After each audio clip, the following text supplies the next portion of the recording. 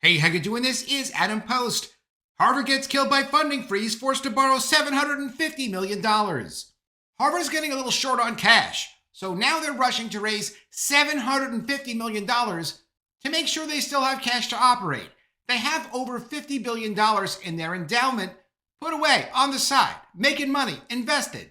But they do still need to pay salaries and pay all their expenses and overhead that they would normally pay.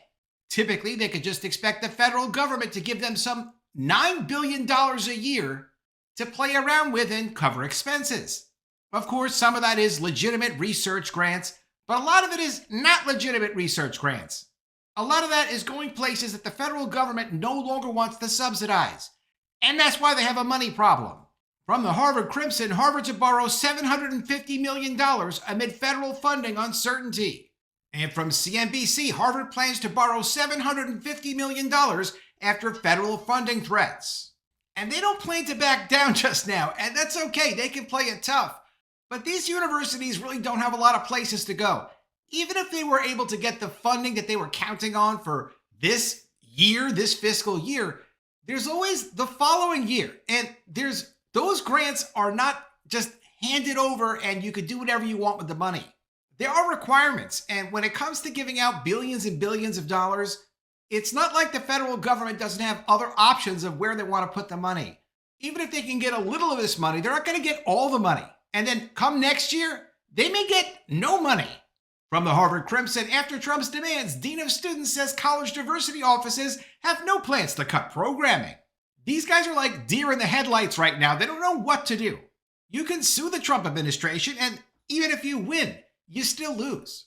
Harvard University will issue $750 million in taxable bonds this month, bringing the total offering this fiscal year to $1.2 billion as the university faces a turbulent economy and waits to learn whether the Trump administration will shut off its federal funding tap. The bond sale comes just 1 week after the Trump administration announced a nearly $9 billion federal review of multi-year research funding tied to Harvard and its affiliated hospitals in the Boston area. The government wrote on Thursday that Harvard's access to the money would depend on compliance with a list of demands, including shutting down diversity programs and further restricting protests. Sunday's preliminary debt offering statement marks the second time Harvard has entered the debt markets in as many months. Harvard issued $450 million in March to finance and refinance certain capital projects, according to the university's March preliminary official statement. In the new bond sales statement, the university acknowledged both a March 31st letter from the Trump administration's task force to combat anti-Semitism, announcing the nearly $9 billion review, and the April 3rd list of demands issued by the task force. The statement, like the one accompanying Harvard's March offering, also refers to a proposed 15% cap on the indirect cost recovery rate for NIH grants, and the Department of Education's threats to revoke funds for universities that use race-based decision-making as potential financial concerns for the university.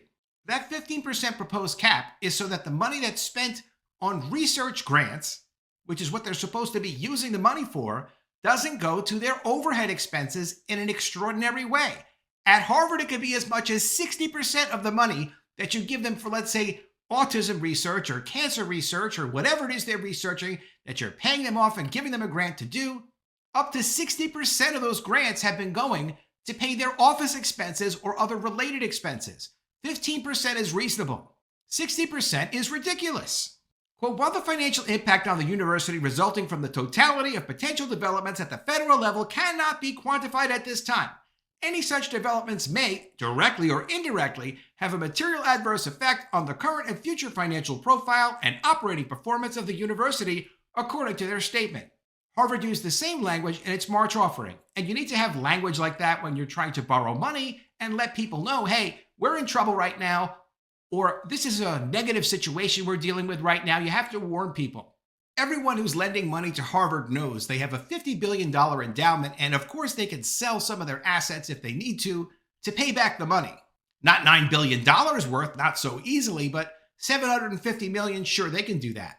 University spokesperson Jason Newton wrote in a statement that the bond sale is part of ongoing contingency planning for a range of financial circumstances as Harvard evaluates necessary resources to push forward with its academic and research priorities. They can borrow money and they can pay that money back, but there's really no way to cover for $9 billion missing.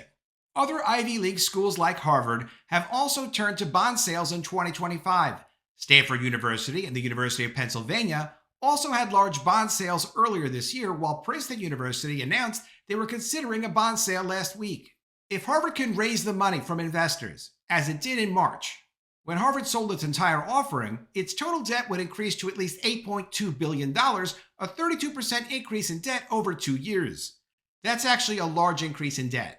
Harvard Business School professor Louis Viciera called the $750 million figure sobering in an email. Viciera said this, quote, "It seems to me that Harvard is raising liquidity, raising cash, in light of a very challenging funding situation with the potential for a severe funding shortfall. There are 3 ways of addressing funding shortfalls: reduce spending, borrow money, or liquidate assets," Viciera wrote. "We now know that borrowing is a way the university is addressing the potential shortfall. If I were Harvard and I was in this situation, I would borrow the money, but I would try to figure out, what are we going to do when the hammer comes down? Because it's coming." Rutgers Business School professor John Longo wrote that raising additional capital may be prudent for Harvard and other universities due to the economic uncertainty fueled by the Trump administration's across-the-board tariff hikes and its rollbacks of research funds. Quote, "The turmoil in financial markets related to the tariffs has lowered interest rates across the maturity spectrum versus even a few weeks ago," he wrote. Interest rates are going up and down, so interest rates are not necessarily going to be lower because of the tariffs. I would definitely like them to be, but they're not necessarily going to be. We have to see what happens. Quote, "Concomitantly, the uncertain federal funding of grants for Harvard and many other national universities has complicated and negatively impacted operating budgets. Harvard entered this year already worried about the possibility of an endowment tax, because that's another way we subsidize universities with all our tax dollars. They get to raise money, they get to invest money, they get to keep all this extra money, make a profit from it, and not pay taxes on it. So if you're not going to tax that money because you're going to treat them like a nonprofit, then you're going to be subsidizing it with lost revenue from the Internal Revenue Service. And that probably should be ended. At least Congress should look into it. Some of these universities make a couple of $1 billion a year in profits on their endowments. And so far, all that income, and a lot of it goes to their salaries and their crazy projects, is all tax-free. Republicans in Congress, including now Vice President J.D. Vance, have floated hiking the tax for years, but Republicans' control of Congress and the White House now makes the prospect more likely. In 2024, Harvard spent the most it had in more than a decade lobbying the federal government. Filings show the efforts focused on research funding and heading off an endowment tax. So we're subsidizing their endowments by not taxing them, and then they're using part of that money to lobby and pay lawyers and pay people to push people in Congress to not tax them. Rice Business School professor Alex Butler wrote that the taxable nature of the bond sale Rice Business School professor Alex Butler wrote that the taxable nature of this current bond sale would allow the university to have more flexibility on what they can use the resulting funds for than the previous tax-exempt sale in March.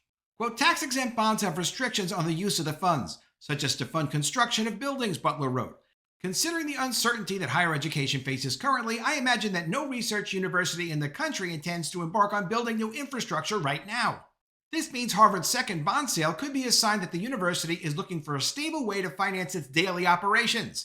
Just as I said, and yes, of course that's what they're doing.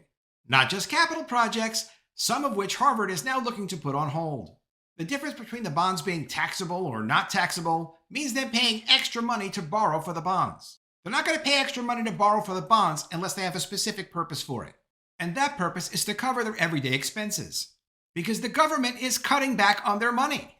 University of Illinois finance professor emeritus George Panacci suggested that current conditions in the bond market may let Harvard raise money for relatively cheap through bond sales.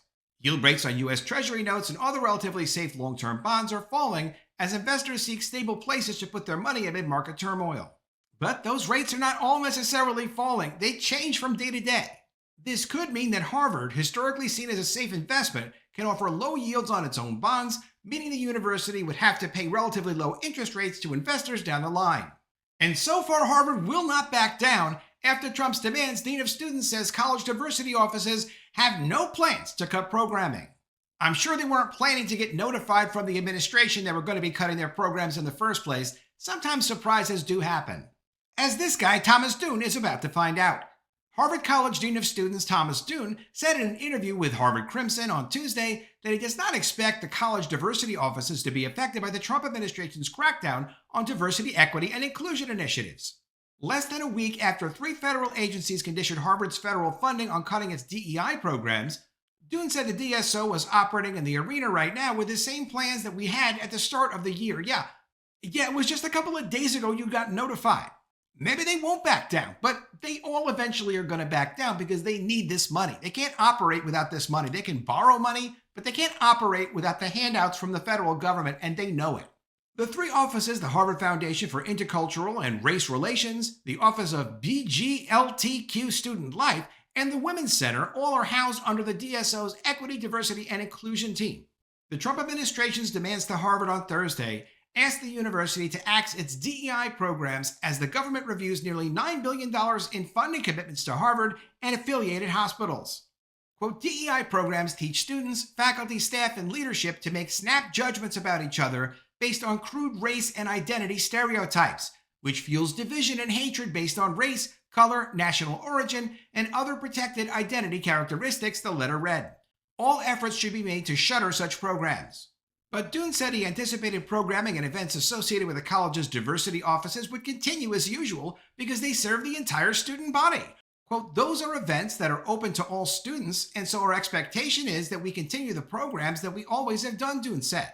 All students can and should be engaging with these centers. However, the fate of Harvard's diversity offices will likely be decided by Harvard's top brass. The Harvard Corporation and University President Alan Garber, who must craft a response to Trump's ultimatum.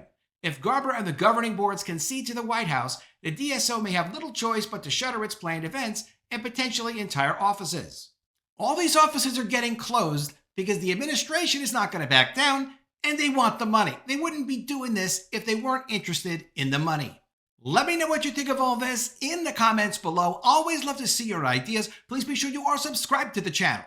Click the bell for notifications, give me a thumbs up, and I'll see you again soon with another story. And if I don't see you, I will miss you.